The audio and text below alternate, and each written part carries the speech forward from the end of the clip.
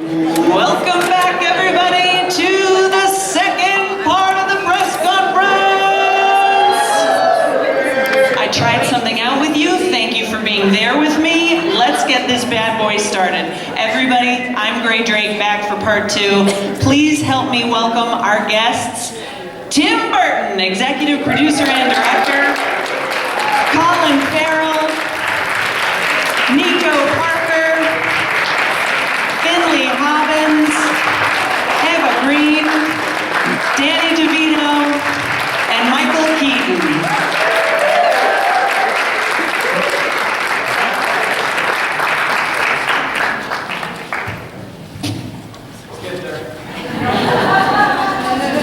No problem, guys, no pressure.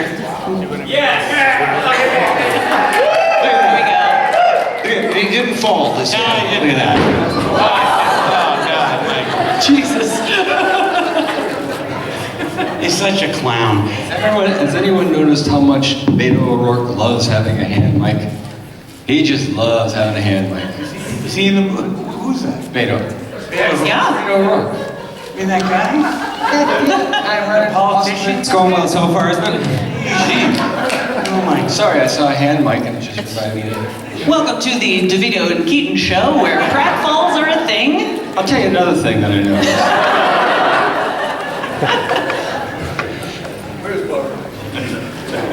You guys, speaking of performance, there's something that this movie really illuminated for me, which is watching performers is magic. Can we just go down the line, starting with you, Tim? Yeah, I'm looking at you. Just which performer in a circus do you love the most? Which of you identified with the most, if there is one? Yeah. None of it. I mean, it's funny, I've made like circus movies, but I never really liked the circus. But I like the idea of it. I like the idea that sort of concept when you were a child of running away to the circus. And there's sort of just a phrase that sort of stuck with a lot of people. And I think that's the idea of, not the circus per se, but the idea of being with a bunch of other weird people from around the world that can't get regular jobs. That kind of person. Colin, was there a performer that you always loved more than the others? No, I've never seen a circus. I've never. Never? Never. Except in the world of Tim Except Burton? in the world of Tim Burton's imagination coming to a cinema near you. Maybe a seal. Fair enough.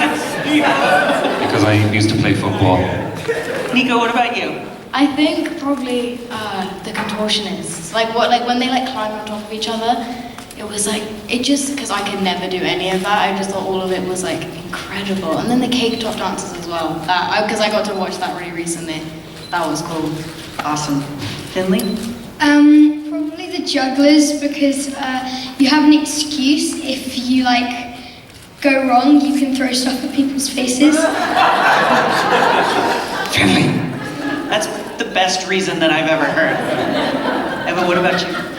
I mean, me, I would have to say trapeze people, aerialist. I've always been petrified of heights, like a real phobia. And thanks to Mr. Tim Burton, I've overcome my fear. I trained. Anybody needs any help with any problems? You don't like clowns, heights, anything? I'll out in the lobby after the show. Danny, how about you? I really love the aerialists, the high wire, tightrope walkers. They really astound me. So it's balance and grace and daring and all the things that I lack. Okay. All the things that you're known for, Dan. It's this. You've seen the film. They've not yet. They have. Oh, me, the snake. I'd actually could be the snake. Not the snake handler, the snake. I'm with him, the aerialists and Eva. First of all, more than anything is what I want to do is fly. That would be it for me. I had those flying dreams. And I say that like I think everybody has a flying dream. I think that's a relatively comment. accurate. Yes. But the aerialists do knock me out, and all that stuff, and the trapeze artists, yeah. You end up flying in movies, actually, more than most performers do. Name one. Self-promotion. No, go ahead. Mr. Mom is what I was there. Whoa, besides that. No, name one, because I know where you're going. Tim and I are ready for this. Go ahead. Can you talk about what it's like to work with Tim Burton? I can, but here's the deal. If you're gonna say Batman, It's like my own funeral. Let me leave the room. I know you hate this part, sorry. All the way back to you now. Everybody Yeah, let's take it back to say Tim. something. I think he's brilliant. I think he's just a genius. Like his artistry is just astounding. If you give a talented person like Tim a subject like Dumbo with all the great meaning and messages and metaphors, and what does he do? He sends it off into the stratosphere, and he's one of a kind, and he's just amazing, and we love him so much. We like to see him squirm. Hush. Come on, I gotta be buried in like 5 minutes, so wrap it up, will you? it's true. I'm sorry, you're maybe you get sick of this. It's a rare thing to work with an original and to be in the thick of it, you know, to be right in the middle of a piece of art. Really, we do have to stop this now because he is getting sick of this. But it's true. It's absolutely true. But there's only 4 or 5 more people left. Okay, so go ahead. Now you go Really ahead. fast. This is no problem. Let's talk about actually you two being the newbies. Can you? This is basically your first films, right, you guys? Yeah. So you kind of had Colin Farrell there to shepherd you, which seems really fortunate. No shepherding needed, trust me. No, he was. Nico be like, Colin, you're 2 feet off your mark. I did that, yeah. And so what was your first day on set like? Finley, what take us back to that. Well, I can't really remember much from the first day, but with Nico, I remember one of the first days of filming. It was like we were in our costumes and we were just going in for like a costume check, and then we would have done, I think, one of the first scenes, and then Danny walked past and we just stood there, and it was 5 seconds, and each second felt literally like an eternity of just going, hi, how are you, hi, how are you, and then we met Colin, and then Eva, and then Michael, and then Tim, and it was just terrifying each time the first time, but then we So seeing you're spending time with Danny DeVito is like an eternity. Great. yeah. Tim, let's talk about why Dumbo. What do you love about Dumbo? I mean, I just liked, it was just the idea of it, the idea of a flying elephant, a character that doesn't quite fit into the world, and how, you know, somebody with a disadvantage makes it an advantage. So it just felt very close to the way I felt about things, and it was just a very pure, simple image that, you know, like all the great old Disney fables had that kind of simple symbolism for you know, real emotions. There are so many things that this story expands on, because the original, we were talking earlier, is only 60 minutes long. So what were some of your ideas as to, you know, working with Aaron Kruger on how to kind of... Well, I just like the fact that it's obviously a very simple fable, very simple story at its heart about family, and you know, and what I liked about it was the human parallel story. You know, this character Holt, who comes back from a war, doesn't have an arm, doesn't have a wife, doesn't have a job, doesn't have a, you know, is trying to find his place in the world. And all the characters actually are in that way. You know, Nico's character, you know, they want to be something, she wants to be something else. Every character in it, Eva is not, you know, everybody is trying to find their place in the world, like Dumbo, in using disadvantage to advantage. So lots of nice themes, but, you know, in a very simple framework. Colin, you've already said that there was no shepherding necessary for your movie kids. What were you doing on this film? As little as possible, knowing that much of the work was done for me and around me. He was lassoing dogs on this object. Lassoing pink poodles. You're safe, don't worry about it. I said poodles, not humans. Yes, indeed. I left my rope at home. Moving on swiftly. I mean, you know, I was playing, as Tim was saying, I think everyone in the character is at odds with either their past or what's going on in the present or both.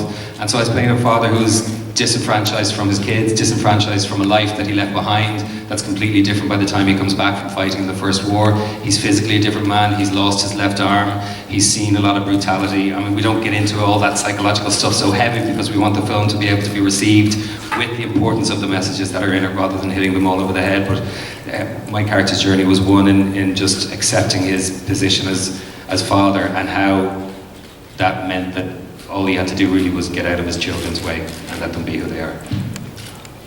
Tim, you mentioned briefly that this is, the Dumbo is about kind of leaving behind things that other people might perceive as a weakness and turning it into a strength. So I was thinking about a journey as an artist.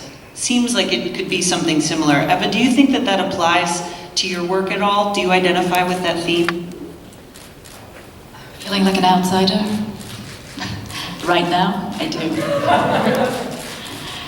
Yeah, I mean, I think you don't have to be an artist to feel like an outsider. I think everybody has felt at some point kind of a bit strange or different, and yeah, it's a big thing. It's such a wonderful movie because it has that message of like, you know, it's okay to be, you know, strange or different. It's actually great. It makes you special, and we just have to embrace our uniqueness. Can you expand on the training that you did in order to conquer, first of all, conquer your fear of heights, but also to be this performer in the circus so elegantly? Yeah, I mean, I had the most amazing circus people who were very patient, very kind with me, because I was absolutely petrified. I thought I would never be able to do that. And so, yeah, for like 2 months, every day, I trained, you know, and you need like a very strong core as well, have very strong abs, very strong arms, and then little by little, I went higher and higher and higher. And that was amazing. I found a trick. It was to sing as well, to really, in French, like, whoa, you know, off you go, and you swear and you sing. And I surprised myself. It was a miracle. Yeah. But you absolutely look like you were born to be on a trapeze. I mean, it was just amazing. In fact, we have one set up here now. And okay, let's hoist her up. We spent a long time doing this. All right, I want to make sure we leave plenty of time for questions, so let's get these mics circulating. Right there, miss? That mic's coming right to you. Hi, this is such a beautiful film. I'd like to know, what do you hope for the whole panel kids will take away from seeing this movie? The same thing, adults take away for the importance of, you know, not just accepting the inherent difference that people have from each other in relation to each other, but celebrating it, you know. I just think there, as Tim was saying, there are simple messages that are very complex, it seems, to live in as we go on through our lives, and those messages are messages of kindness and inclusion and all those kind of things, so that'd be cool. Or else if they're just entertained for a couple hours, I'll take that as well. But also just with like the Disney movies, for me the reason I want to do it was like the old Disney movies had all these elements, you know, they had joy, they had humor, they had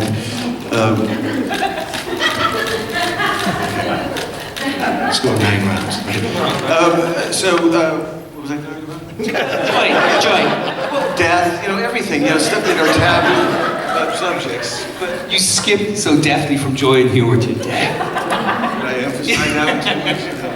But Two sides of the we've same always coin. had the mixture of those things, and so, like Colin was saying, we tried to present these things without overdoing it in a fable-like way, but let it present itself and not just sort of dictate it and just show these people for what they're going through and who they are.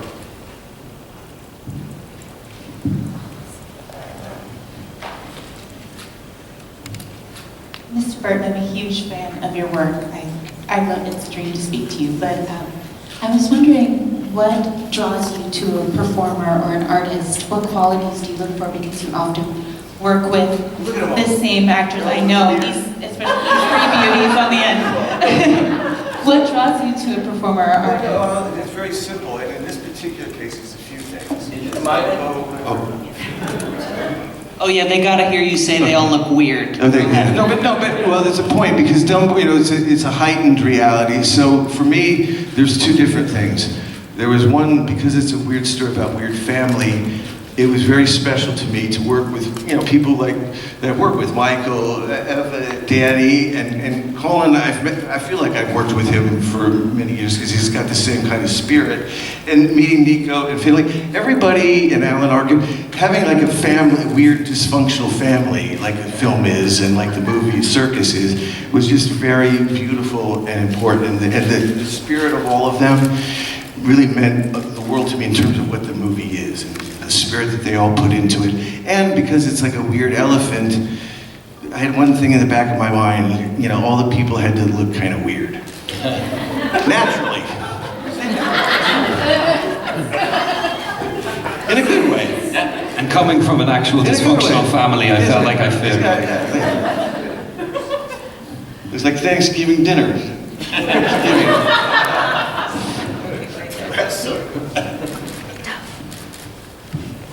Huge fan, loved this film. Have to ask Michael and Danny, so good to see you guys back on screen together. What was it like coming back together to perform, but in kind of an opposite role? It was great. It was really terrific. When Tim called a year ago or whatever it was and said he was making the movie, I was really thrilled to be able to be part of it. And then, you know, the joy factor went up through the roof when I heard that Michael was in it with me. And because part of the joy factor was the first thing he reminded me was he got to be the hero and I got to be the bad guy. He was just thrilled with that. You know, it's once in a while, how's it feel to be the bad guy? I mean, him in the mask and the whole Batman thing, I mean, it's just too much for me. And, you know, and me always being the, you know, gross penguin, you know, grunting and groaning. And I was really so nice to be with him in the movie. And everybody who's in the movie with us all together. Like Tim says, this great family that he creates. And he is the, you know, we're all the weirdos, you know, but there is one really weird daddy down the end who's like pulling all the strings. So we're thrilled to be together. Welcome to the island of misfit toys.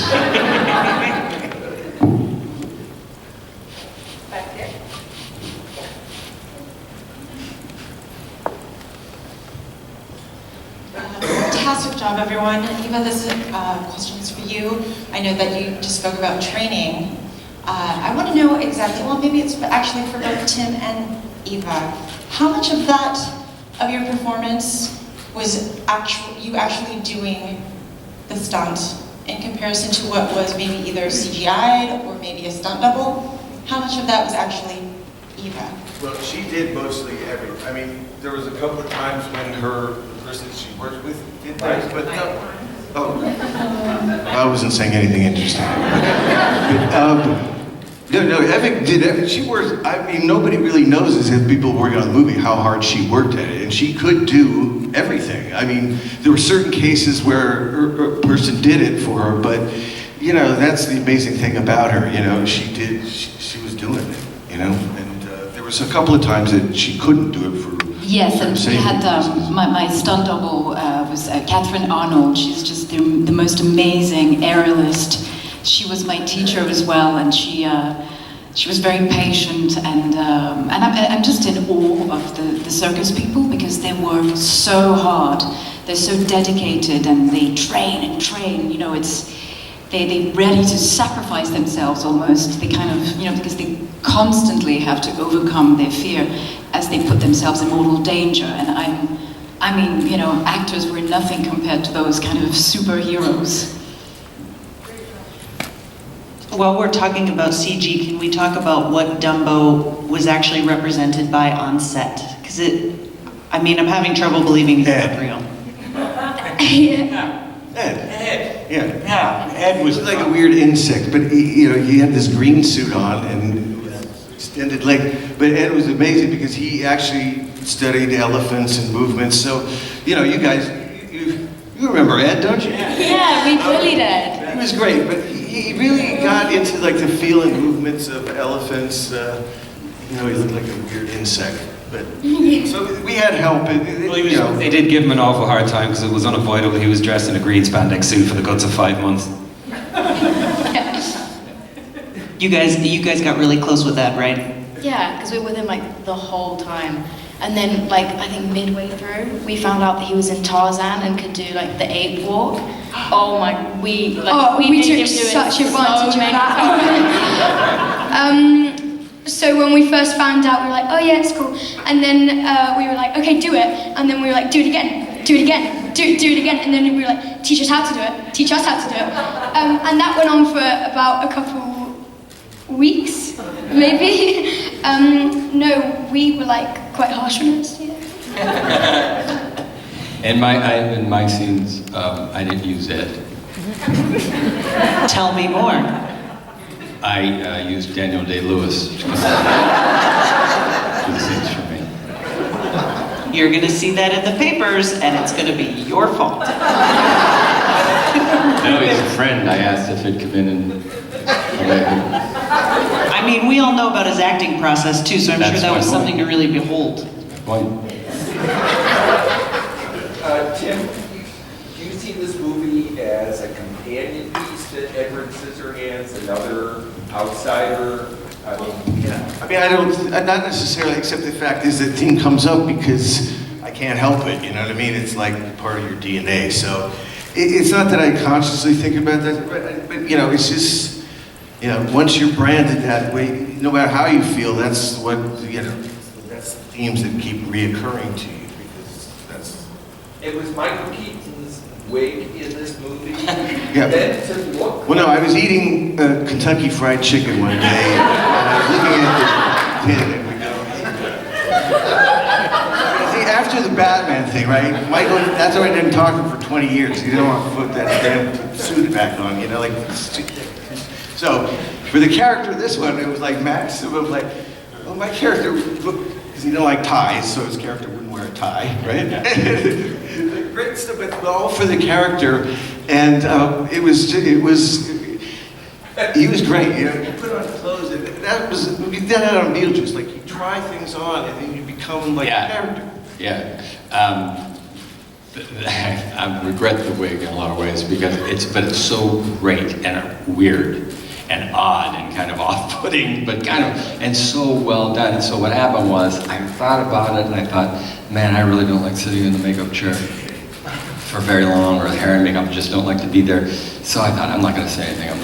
And he didn't say anything, but once I showed up and Colin Atwood is an unbelievable genius, as is truly Daniel Day-Lewis. I mean that.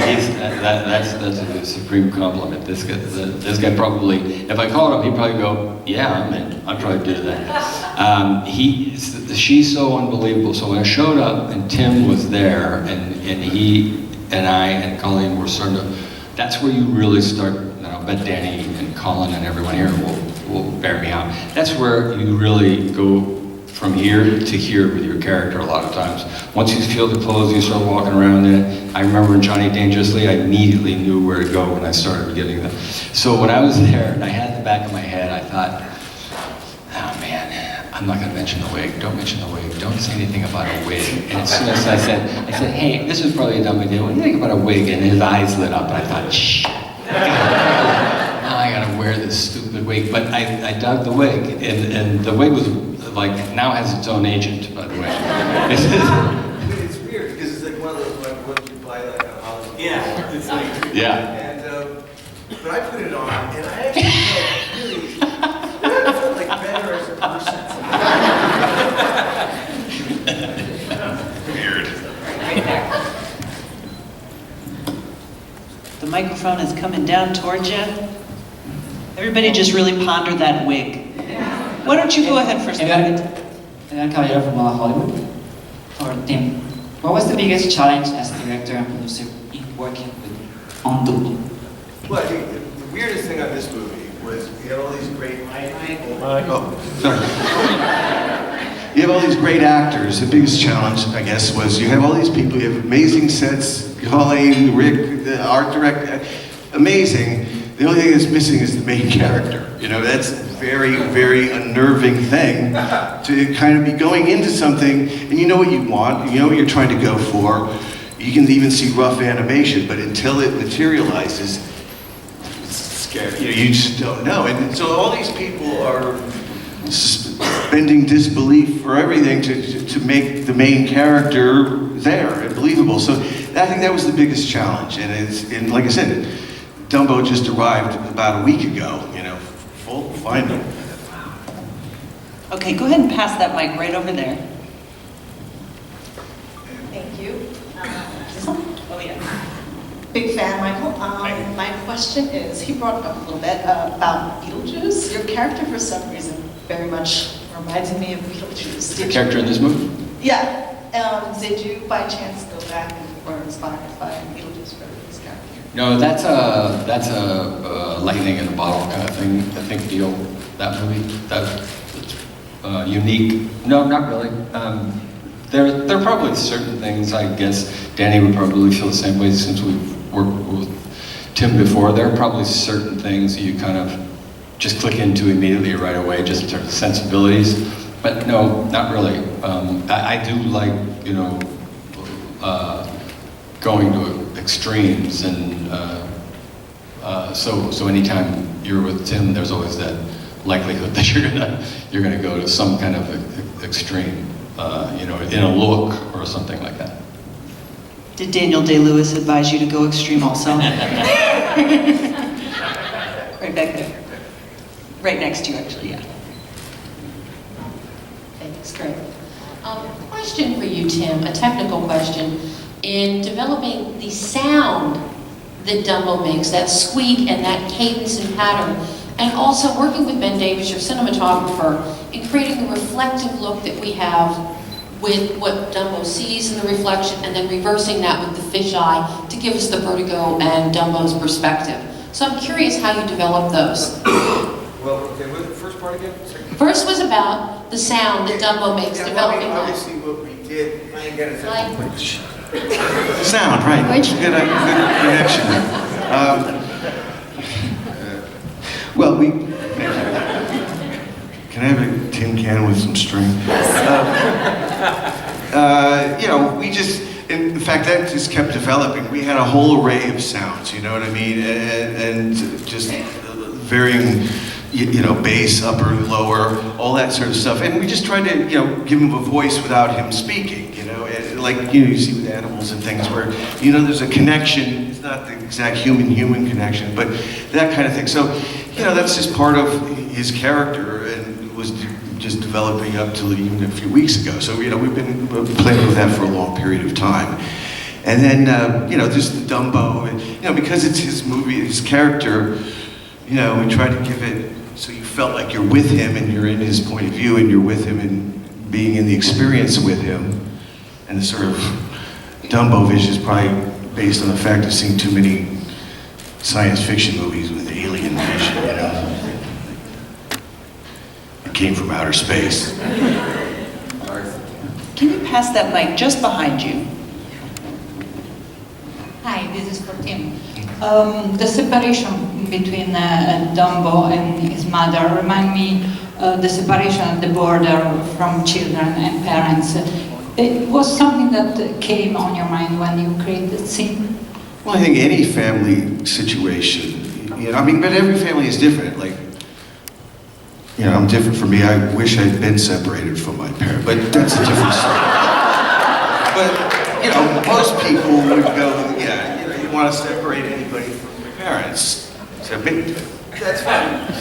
So, I think about things just more in a spiritual, simple way. There's news, and I listen to the news and everything, but I always take things from a more, I try to anyway, a human point of view that way, and because it's like a fable, and all great fables tap into things that are true about today and human nature and all things, but it's not literal. All these people, it's a period movie, it's a fable, it touches on all these things, but we try not to make it ripped from today's headlines, Yeah. Right. Well, the movie was made in 1941, and in 1941, if you remember the movie, the 63-minute Disney movie masterpiece from that era, the baby was separated from his mom. So I don't think it has anything to do with this unfortunate, horrifying thing that's going on in our current news. Two separate things, but I'm just going to say this. Thanks for bringing it up. Keep it in the consciousness, because it's criminal, it's cruel, and I don't think it borders on child abuse. I think it does.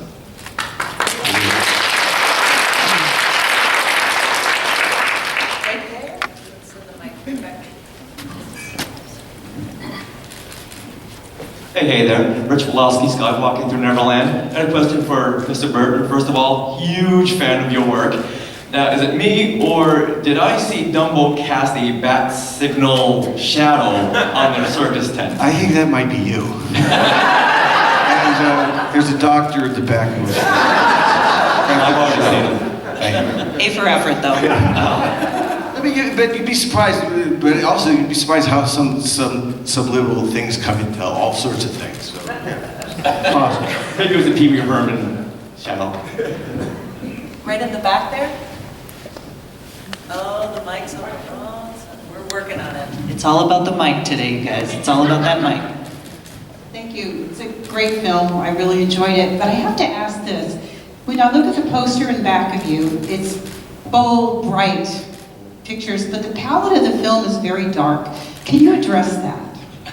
Here we go. Well, maybe you saw a bad print of the film because dark. No, well, I mean, I can't hear or see, but to me, this has it's very bright to me. Yeah, me too. I know. What about you guys? Yeah, no, I actually... Mad splashes of color. See, I don't know what I'm talking about because I've been like things that's light, it's too light, it's too dark. Light and too dark. I think there's a tonal shift throughout the film. I think the first half of it is more in keeping with this, and then it gets a bit darker with the introduction like weird of Michael's character. You know, the color palette changes in Dreamland. It becomes a bit more oppressive, a bit more dark, a little bit more sincere, even though it's beautiful and even more elaborate than what we came from. There's a weight to it, and then at the end it ends up, you know, where it ends up. But I don't think that's... And then, you know... Film is 24 frames a second. And I feel we should get onto the marketing department. I understand that the way film works, half of the time you're in the dark. Marketing. That's right. That's right. That's exactly it. 24 frames a second, that shutter opens and closes. So half of the time you're in that theater, you're in the dark. And looking at this bunch, I think you belong there. It's physically the most beautiful movie I've ever been in. I'm just going to say that. It's unbelievably gorgeous, if you ask me. Back in the corner there? My question is for Mr. DeVito. Thank you very much. There's been a lot of discussion about how there's a sort of eccentric troupe in the narrative of the film and on stage right now. Very eccentric. I'm curious, as the ringleader, was any of your performance based on Mr. Burton? Oh, well, everything I do in the movie is basically fed to me through the insane mind of Mr. Burton. I mean, I feel like, I felt really great to be Max Medici and be part of this insane family. The great thing is that it is a family, and it is, Max trying to keep everything together and keep all the elements up in the air. Tim just works 24/7 when he's making a movie, keeping everything going, keeping the plate spinning, keeping all the balls in the air, keeping everything moving, all the moving parts congealing, everything going together. So I feel like he's an inspiration when we're on the set and pushes you to new heights. And making Tim Burton uncomfortable is how we're going to end this today. Thank you so much. Please help me thank Tim Burton, Colin Farrell, Nico Parker, Finley Hobbins, Eva Green, Danny DeVito, and Michael Keaton.